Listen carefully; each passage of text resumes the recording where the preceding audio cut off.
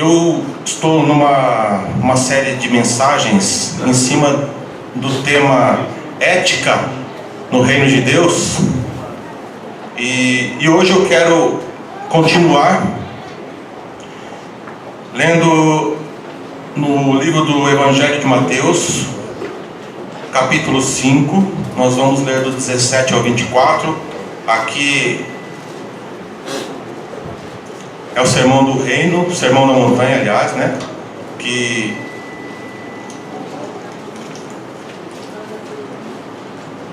traz de uma forma bem explícita, bem clara, a vontade de Deus para nós, em todas as áreas das nossas vidas. Então vamos mais uma vez prestar atenção. Se você não acompanhou as últimas mensagens, nós temos o canal no YouTube. Eu creio que as mensagens estão lá, né, Kid? Não só as que eu tenho falado, mas dos irmãos que têm falado aqui, pregado a palavra do Senhor neste lugar. Então, quem tiver aí a possibilidade e o acesso ao YouTube pode entrar. Jesus e a lei. Vamos ler aqui a partir do verso 17, diz assim: não penseis que eu vim abolir a lei ou os profetas. Eu não vim abolir, mas cumprir. Pois em verdade vos digo, antes que o céu e a terra passem, de modo algum passará uma só letra, um só traço da lei, até que tudo se cumpra. Quem, portanto, desobedecer a um desses mandamentos, por menor que seja, e assim ensinar aos homens, será chamado menor no reino de Deus. Aquele, porém, que os cumprir e ensinar, será grande no reino do céu. Pois eu vos digo que, se a vossa justiça não superar a dos escribas e fariseus, de modo nenhum entrareis no reino do céu. Ouvistes o que foi dito aos antigos: não matarás, e quem matar estará sujeito ao julgamento. Eu, porém, vos digo que todo aquele que se irá contra o seu irmão será passível de julgamento. Quem o chamar de insensato será réu diante do tribunal, e quem o chamar de tolo será réu do fogo do inferno. Portanto, quando apresentares a tua oferta no altar, se ali te lembrares do teu irmão, ou que o teu irmão tem alguma coisa contra ti, deixa a tua oferta e vai no altar, e vai primeiro reconciliar-te com o teu irmão, e depois vem apresentar a tua oferta. Curva a sua cabeça por um momento. Senhor, Deus de toda honra e toda glória, nós estamos aqui, Senhor, mais uma vez na tua presença. Sei que teu Espírito Santo é quem faz todas as coisas, é Ele quem nos chama. Muitas vezes nós não ouvimos a voz do teu Espírito, mas Ele fala, Ele conduz, Ele dá a direção. Por isso, ó Deus, nós te pedimos que Ele seja pleno em nós, assim como nós meditamos ontem na tua palavra, que nós somos templo do Espírito Santo. Templos do Espírito Santo estão aqui hoje, para que Ele seja pleno, para que Ele seja completo em todos os lugares. Em nome de Jesus, Pai, que as palavras da minha boca e a meditação do meu coração sejam gratas diante de Ti. Amém. Irmãos, Jesus, Ele pregou esse sermão de acordo com a cronologia aqui do Evangelho de Mateus, logo após Ele ter passado 40 dias e 40 noites no deserto, em jejum. E eu, pensando no jejum de Jesus, escrevi outro dia pela manhã a respeito de quem precisa receber algo de Deus. Não estou falando de nada material, estou falando de algo espiritual. Se você quer receber graça, se você quer receber sabedoria, se você quer receber autoridade, que você tenha essa consciência de autoridade. O exemplo de Jesus, ele serve para todos, em todo o tempo. Então, se você voltar uma página da sua Bíblia, ou duas, dependendo da Bíblia, você vai ler no capítulo 4 que o Espírito Santo conduziu Jesus ao deserto. E ele fez ali uma espécie de preparação para iniciar o seu ministério. E o exemplo que ele deu foi jejum e oração. É um exemplo para nós. Eu sei que muitas pessoas têm dificuldade, não podem. Deus, claro que tem conhecimento de todas as coisas, mas aqueles que podem, faça isso. Faça uma consagração. Comece aos poucos, se consagrando, e depois o Espírito Santo vai te dando força. Eu conheço irmãos que jejuam a semana. Tem várias maneiras de fazer isso. Tem várias maneiras, mas faça isso. Existe um conceito, e até comentei com a nossa irmã Luciana outro dia, de que as pessoas têm que se alimentar de 3 em 3 horas, mas isso já caiu. Isso já caiu. Eu li um livro de um médico nutrólogo, e nesse livro ele diz ali que não tem problema nenhum nós ficarmos sem comer. Olha aí Jesus dando o exemplo certo. Ele não daria esse exemplo se nós não tivéssemos condições de fazer. O nosso corpo é até bom para o nosso corpo. Vai. É isso aí. Tirar as toxinas. Aos trava-línguas aí. Tirar as toxinas. Isso é bom para o nosso corpo. Então, até para aqueles que querem perder um pouquinho de gordura, a gordura ruim, e ganhar massa, faça jejum. Consulte sempre um especialista, né? Consulte sempre um especialista, mas que o Senhor te dirija para que esse especialista seja usado por Deus, para não nos instruir nas coisas erradas. E ele fez isso, voltando aqui em Jesus, ele fez isso, se preparando para pregar a palavra.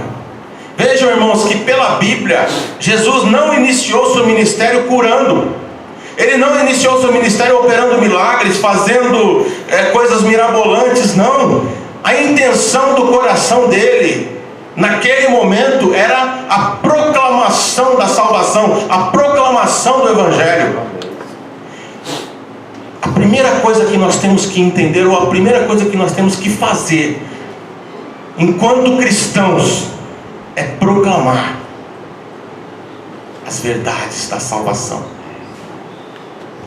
Outras coisas vêm como consequência de uma vida santa, de uma vida que busca agradar a Deus, que busca adorar a Deus em espírito e em verdade. Consequência.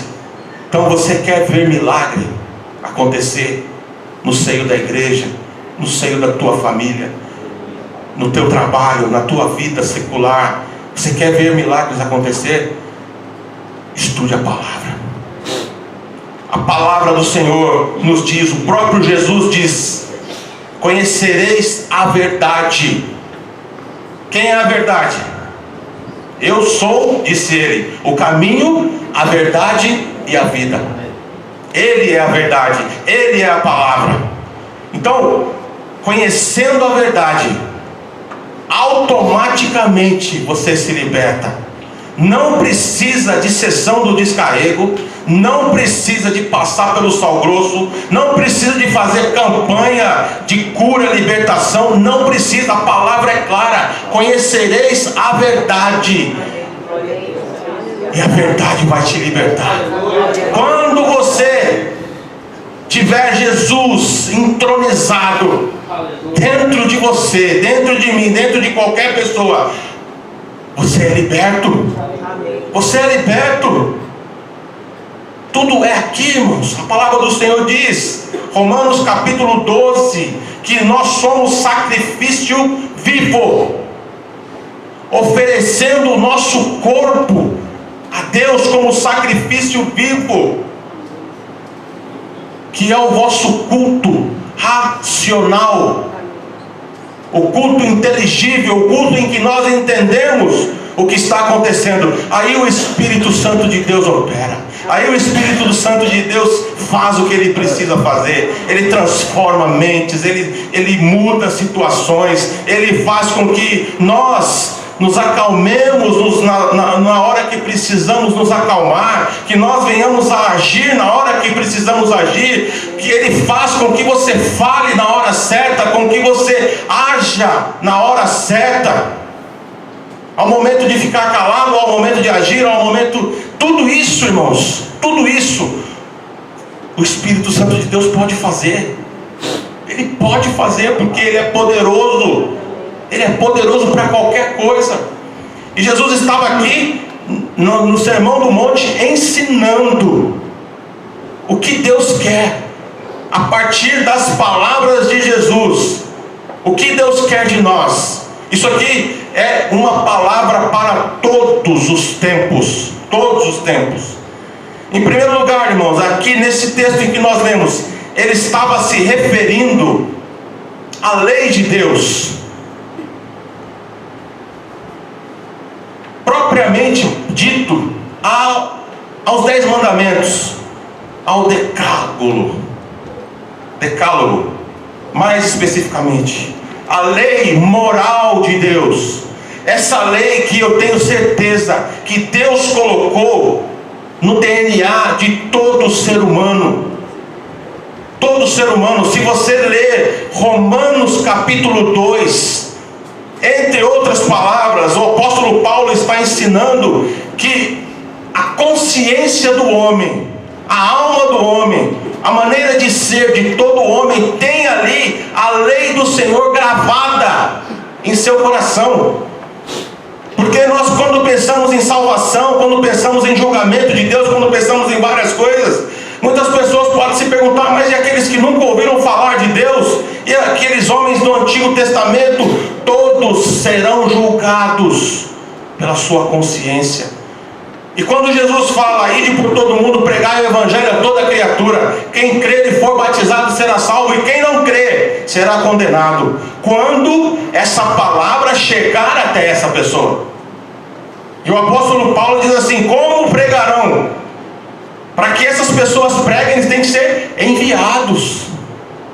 Então nós temos que entender isso. Aqueles que ouviram, aqueles que o Senhor permitiu que essa palavra chegasse, serão condenados pela sua atitude diante do conhecimento da salvação em Jesus Cristo. Então, irmãos, é isso que nós temos que entender. A consciência humana, a lei de Deus gravada em nossos corações. E ainda o apóstolo Paulo continua dizendo que é indesculpável o homem que diz: eu não conheço a Deus. Não conheço a Deus, porque todo homem conhece a Deus pela natureza, pelo ser humano, pela criação em geral. Tudo está aí, mostrando Deus. Tudo mostra Deus em todos os lugares. Jesus, na minha opinião, ele não estava falando sobre toda a lei ou mandamentos que nós encontramos no Pentateuco, na Torá. São, para que vocês tenham ideia, 613 mandamentos espalhados pelo livro do Êxodo, Deuteronômio, Números, Levítico principalmente, e Êxodo. 613 preceitos, 365 prescrições negativas, assim, de falando com o homem: olha, não façam isso. Tem lei para tudo. Vocês que leem o Antigo Testamento e leem a Torá, vocês vão perceber ali que tem lei para tudo. Tudo, qualquer coisa. Mas uma coisa que nós temos que prestar atenção: o Senhor deu essa lei para os judeus. Não estou falando dos 10 mandamentos. Não estou falando dos 10 mandamentos. Estou falando dos preceitos, das leis cerimoniais, vamos dizer assim. Ele deu essa lei para os judeus, 665, uma para cada dia. De cuidado, não façam isso. E se fizer, faça isso.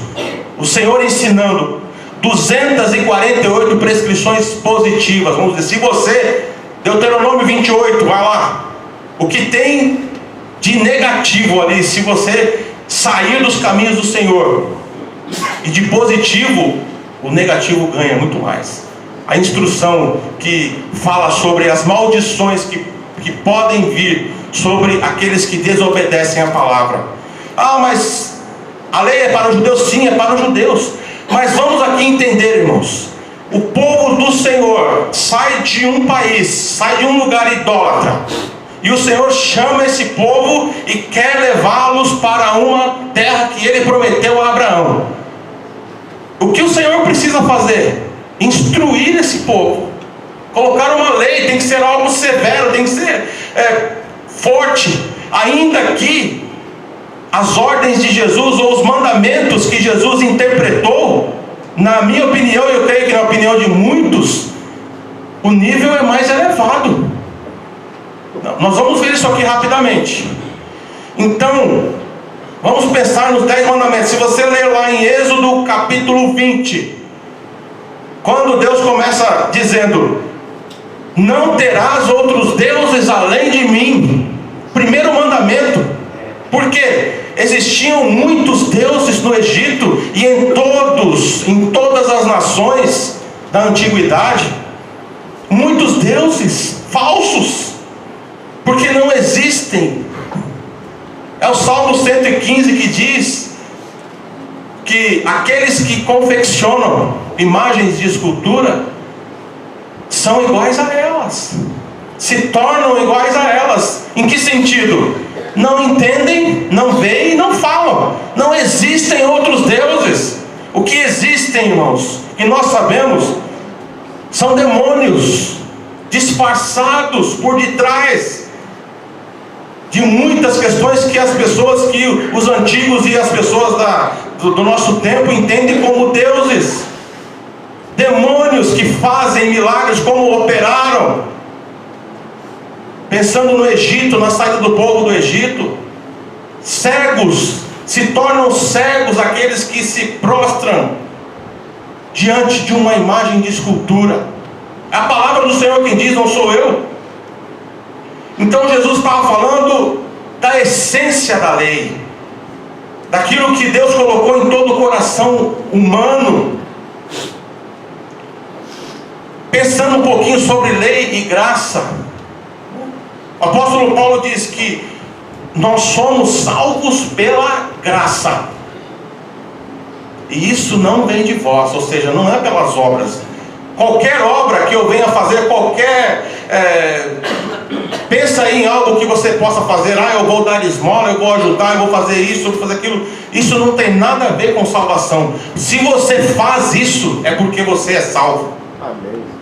Se você ajuda, é porque você entende, é porque você compreendeu a palavra do Senhor Jesus. Isso não é mérito. Não é mérito diante de Deus. Ainda que o Senhor olhe, ainda que o Senhor responde, ainda que o Senhor coloque em nossas mãos, retribui. Por que eu digo isso? Porque lá no livro de Atos, quando vai falar sobre Cornélio, vai falar sobre Dorcas, Lucas escreveu que as esmolas, as ajudas, a maneira deles viverem, o Senhor estava vendo. O Senhor estava vendo. Mas isso é algo que é automático para aqueles que amam ao Senhor. É por isso que o apóstolo Paulo recebeu que é pela graça nós somos salvos. E Jesus apresenta essa graça. Jesus, ele inaugurou o período da graça. Então, quando nós pensamos em lei, irmãos, Jesus, ele resumiu toda a lei, porque todos esses preceitos aos quais eu falei, eles se dissolvem, eles são complementos e eles repetem aquilo que está nos 10 mandamentos. São consequências das leis que Deus colocou ali em Êxodo capítulo 20. Pode prestar atenção. Então, vejam só que maravilha, irmãos. Jesus, ele é simples. Ele é simples. E ele quer que nós tenhamos essa simplicidade no conhecimento da palavra. Existem coisas que nós não temos condição hoje de imaginar, e ele não deixou claro, mas as coisas que ele deixou claro, que vão nos levar a conhecer, a entender o reino de Deus, são nessas coisas que nós precisamos nos apegar. Então, o que está aqui claro, vamos dizer assim, Mateus capítulo 22, do verso 37 ao 39, ele diz assim, perguntaram para ele, qual é o maior mandamento? Vejam só aqui, os homens têm sempre isso na cabeça. Qual é o maior mandamento? E ele diz assim, amarás o Senhor teu Deus de todo o teu coração, de toda a tua alma e de todo o teu entendimento. E um semelhante a esse, diz ele, amarás o teu próximo como a ti mesmo. Aí, esses dois, vamos pensar assim, está resumido toda a lei de Deus. Saiu da boca de Jesus, ninguém está inventando. Então, inclusive o sábado, para aqueles que ainda têm problema com o sábado, inclusive o sábado, se ele não tocou aqui, se Jesus não falou, porque o sábado para os judeus havia se tornado algo de idolatria, sendo que a essência, o sentido do sábado era apenas o descanso, porque sai de um povo, vamos pensar voltando lá no Egito, eles trabalhavam todos os dias, o sacrifício ali, dia e noite, não tinha descanso. E aí Deus os chama e, como nós falamos aqui, dá instruções e fala a respeito do sábado. E no livro do Êxodo, se você for lendo ele, ele vai falar mais uma vez sobre o sábado e também sobre o ano de descanso, um após o outro, um grudado com o outro. Então o sábado está ligado ao descanso. E quando Jesus veio, ele resumiu toda a lei e não tocou no sábado. Por quê? Porque para os cristãos, todo dia é dia de adorar, todo dia é dia de descansar no Senhor, todo dia é dia de adorar em espírito e em verdade. Por isso que na conversa com a samaritana, ele diz assim, os verdadeiros adoradores adorarão a Deus em espírito e em verdade. Ou seja, andando, cantando, trabalhando, louvando, os verdadeiros adoradores adorarão, não somente no sábado. Ficou claro, irmãos? Agora, o que nós temos que fazer? Criticar, falar, apontar para aqueles que entendem? Vamos olhar para os judeus e falar, não, vocês estão errados? Claro que não. Vamos olhar para os adventistas e falar, vocês estão errados? Não. Tudo é pela fé. Tudo é pela fé. Se eles creem que é assim, eu creio que Deus honra, eu creio que Deus está ali com eles, com todos aqueles que fazem de coração, de verdade, que fazem pela fé. Eu já citei aqui uma vez, nós estávamos na sinagoga, eu, nossa irmã Eloide, pastor Carlos e os alunos do seminário, que nós damos aula. E uma irmã, irmãos, olha só, a cabeça de uma pessoa que se diz cristã. Ela olhou para mim não, né? Comentou comigo, né? Pastor, tudo aqui que eles estão fazendo é muito bonito, mas eles não são salvos. Eu falei, como assim? Como assim não são salvos? Como é que você sabe? Não é por causa de Jesus? Eu falei, querida, eles estão na tradição. Eles estão na tradição da sua religião. Isso vem desde lá de Abraão. Deus, Ele não vai jogar ninguém no inferno se essa pessoa está cumprindo a justiça do Senhor, se essa pessoa está fazendo o bem, se essa pessoa está amando. O apóstolo João escreveu: todo aquele que ama, todo aquele que faz o bem, todo aquele que busca. O Senhor Jesus falou: todo aquele que tem fome e sede de justiça, todo aquele que é pacificador, todo aquele que é manso. Não é isso que nós estamos pensando aqui? O que é que tem a ver? É como eu falei, é o Espírito Santo, é o Senhor quem determina, é o Senhor quem escolhe. O Senhor Jesus falou assim: não foram vocês que me escolheram, eu escolhi a vós. Então, se o Senhor escolhe, Ele revela, Ele ajuda para que essa pessoa ou essas pessoas permaneçam, perseverem. Agora, a questão de salvação não somos nós que vamos determinar. Ela já determinou, jogou todos os judeus ali no inferno. Não é assim que Jesus ensinou, irmãos. Não é assim. Nós não temos que ficar discutindo religião, não temos que ficar discutindo dogmas, não temos que ficar determinando ou julgando nenhum povo, porque é o Senhor quem julga, é Ele quem julga. Em segundo lugar, irmãos, o Senhor fala que céus e terra vão passar. Céus e terra passarão. No livro do Apocalipse está escrito: eu vi descer do céu a Nova Jerusalém, diferente. E no mesmo livro do Apocalipse diz que eu vi novos céus e nova terra. Novos céus e nova terra, transformação, mudança de dimensão. E nós cantamos aqui: todo joelho se dobrará, toda língua confessará que Jesus Cristo é o Senhor. Glória a Deus. Glória a Deus.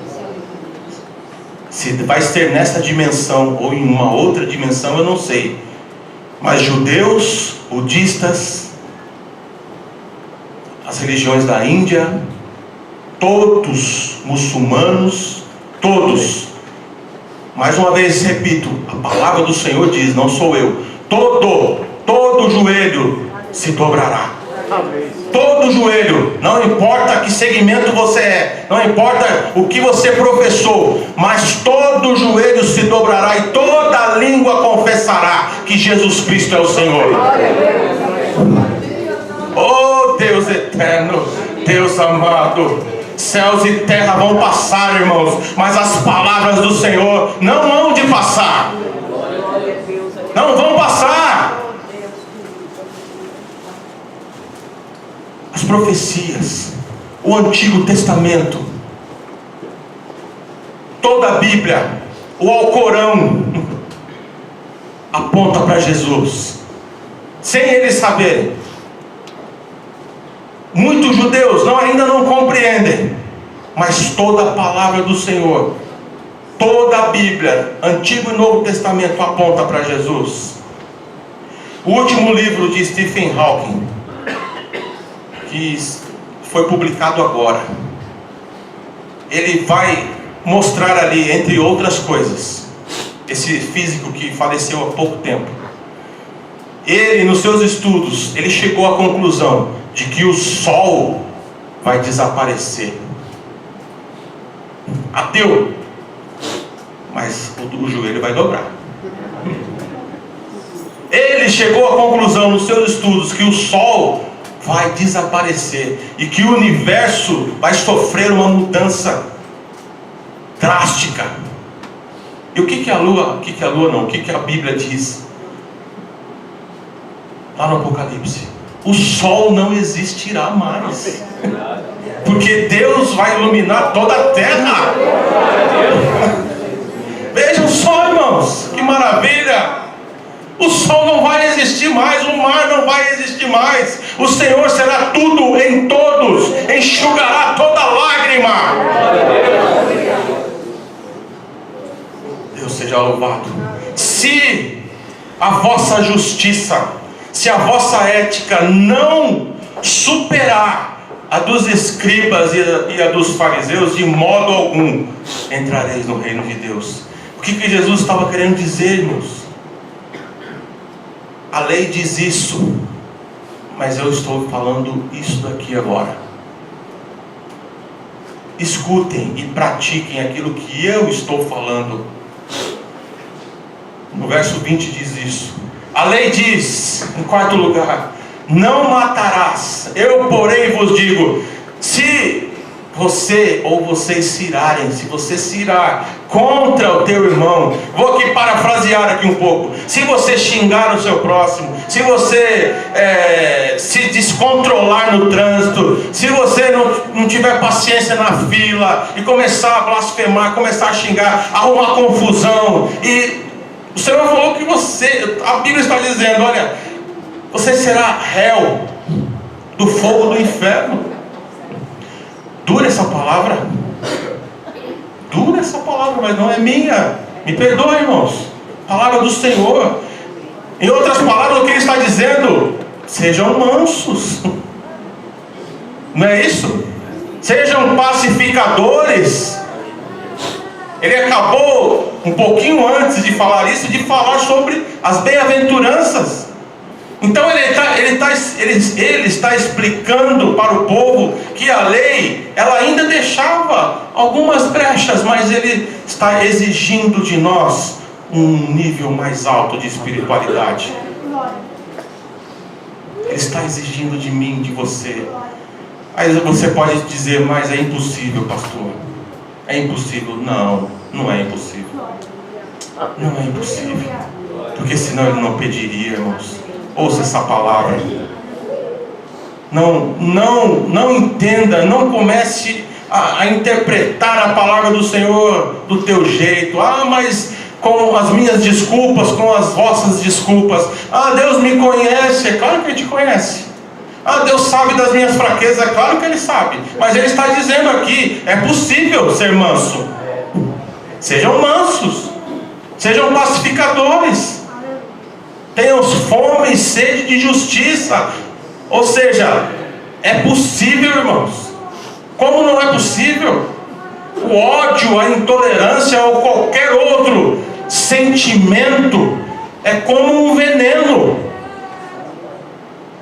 Ele só vai te fazer mal se você beber, se você deixar entrar no teu corpo. Senão ele vai ficar lá parado.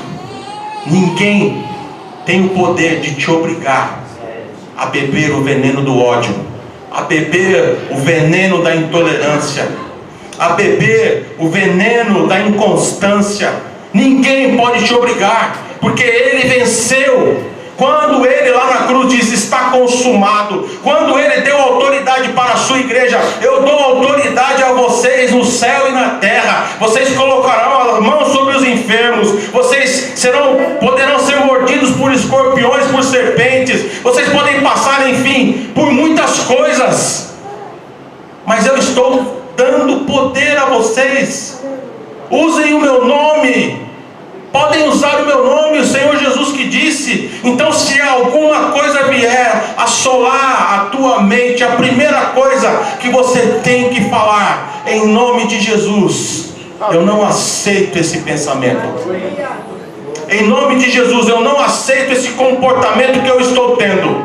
Em nome de Jesus, eu não aceito. É nessa hora que você tem que brigar. É nessa hora que você tem que resistir, porque nós somos assolados, nós somos bombardeados por várias questões espirituais, que se você pedir discernimento ao Senhor, Ele vai te mostrar uma a uma, Ele vai enviar pessoas para te ajudar, Ele vai falar através através de muitas pessoas aquilo que você precisa ouvir, mas preste atenção naquilo que o Espírito diz às igrejas. Qual é o seu ponto fraco? Qual é o meu ponto fraco? O que é que te faz perder a cabeça? É nesse ponto que Deus quer agir. É nesse ponto, irmãos, exatamente nesse ponto que Deus quer agir. Nos versículos 23 e 24, nós temos aqui questões importantes. Primeiro, Jesus fala sobre a oferta. Queridos, é um tema difícil, principalmente em nossos dias, para falarmos, né? Eu estou vendo ali o meu filho Pedro. Fica tranquilo que eu vou pensar aqui no que eu vou dizer. Mas ele sempre me fala assim: pai, eu não falo para as pessoas que você é pastor. Não me chama nem de senhor, né? Fala você. Não falo para as pessoas que você é pastor, porque as pessoas logo ficam, né, com piadinhas. É mais ou menos isso que ele quis dizer. E fala de pastor, associa a dinheiro. Pastor, dinheiro. Pastor, jatinho. Pastor, casa em Tamboré, Alphaville. Quando na verdade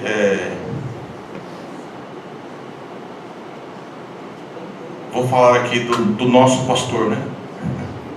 Pastor Ostílio, que por tantos anos pastoreou essa igreja.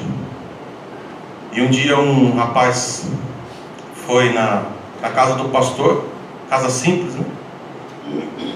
Nossa, mas o pastor mora nessa casa feia? O pastor mora nessa casa feia? O pastor mora nessa casa feia, mas dorme tranquilo, em paz, com a consciência limpa diante de Deus. E é nesse caminho que eu quero seguir, estou seguindo. Nesse caminho que eu quero pregar a mensagem do Senhor, até o dia em que Ele permitir. Consciência limpa diante de Deus, sabendo que o Senhor, Ele dá o do dia, Ele dá o maná do dia, aquilo que eu preciso, aquilo que você precisa, o Senhor coloca na tua mão. Se você é fiel ao Senhor, se você é fiel na oferta, se você crê pela fé no teu dízimo, na tua oferta, o Senhor te honra. O Senhor não prometeu riqueza a ninguém, o Senhor não prometeu carro de luxo, o Senhor não prometeu mansões aqui na terra, mas Ele prometeu mansões lá, nas mansões celestiais. Ajunteis tesouros no céu, onde a traça e o ladrão não roubam. Aleluia. Creia nessa palavra do Senhor Jesus. Não ouçam outras vozes, não entendam, não busquem outras interpretações. A palavra do Senhor é clara. O maior pastor de todos os tempos disse: eu não tenho onde repousar a minha cabeça. Eu não vim em busca de glória. Prestem atenção, irmãos. As pessoas que vocês estão ouvindo pela internet e em outros lugares, eu digo isso a vocês: façam essa comparação, comparem pregadores com Jesus, comparem, podem comparar, mas para isso você precisa estudar a palavra. Aleluia. Que tipo de oferta agrada a Deus? É a oferta que não tem por detrás vingança, ódio. Deus é diferente. Muitas pessoas vão oferecer sacrifícios a falsos deuses, querendo o mal de outras pessoas. Daniela, o Senhor está dizendo: aquilo que fizeram contra a tua vida não tem valor algum. o Senhor quebrou, está quebrado em nome de Jesus. Em nome de Jesus, porque o nosso Deus é maior do que tudo, nunca perdeu uma batalha. Está quebrado em nome de Jesus. Pode declarar em nome do Senhor Jesus. Que tipo de oferta agrada a Deus, irmãos? Uma oferta que vem com gratidão.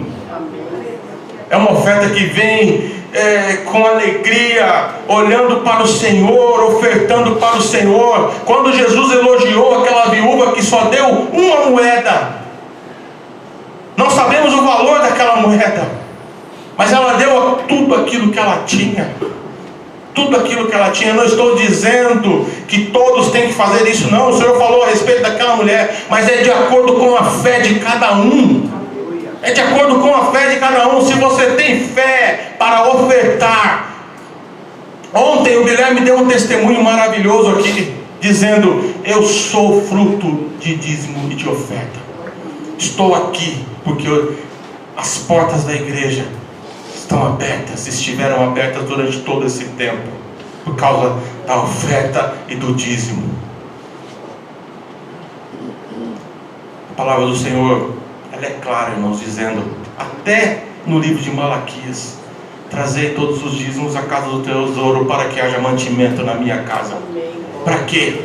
Porque naquele contexto, como funcionava, as pessoas que precisavam, elas iam até o templo e pegavam as coisas que estavam ali para a sua sobrevivência, para a sobrevivência dos sacerdotes. Era assim que funcionava os primeiros cristãos da primeira igreja. Como funcionava? Eles colocavam tudo ali aos pés dos apóstolos. Em outras palavras, depositavam ali no lugar bens, dinheiro, comida, tudo, e eles viviam daquilo ali. É isso, esse é o sentido da oferta. Não tem nada a ver com barganha com Deus, não tem nada a ver você dar e receber do Senhor que 50 vezes mais. O Senhor não está falando disso, 100 vezes mais, não é isso. É uma questão de fé, de você ter um coração livre para adorar a Deus com a tua oferta. Em terceiro lugar, o Senhor fala de reconciliação. Veja só a palavra de Jesus: se você vier ofertar, e se você sabe, não é nem você, ele está dizendo, se você sabe que alguém tem alguma coisa contra você, ou seja, se você está com problemas com alguém, deixa essa oferta aqui, ninguém vai roubar, pode deixar, mas vai lá, vai ao encontro do teu irmão, da pessoa que te ofendeu. Dura essa palavra, né? Mas isso que Jesus está dizendo.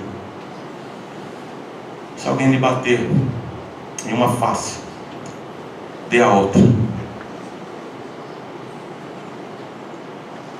Vá lá, faça essa reconciliação.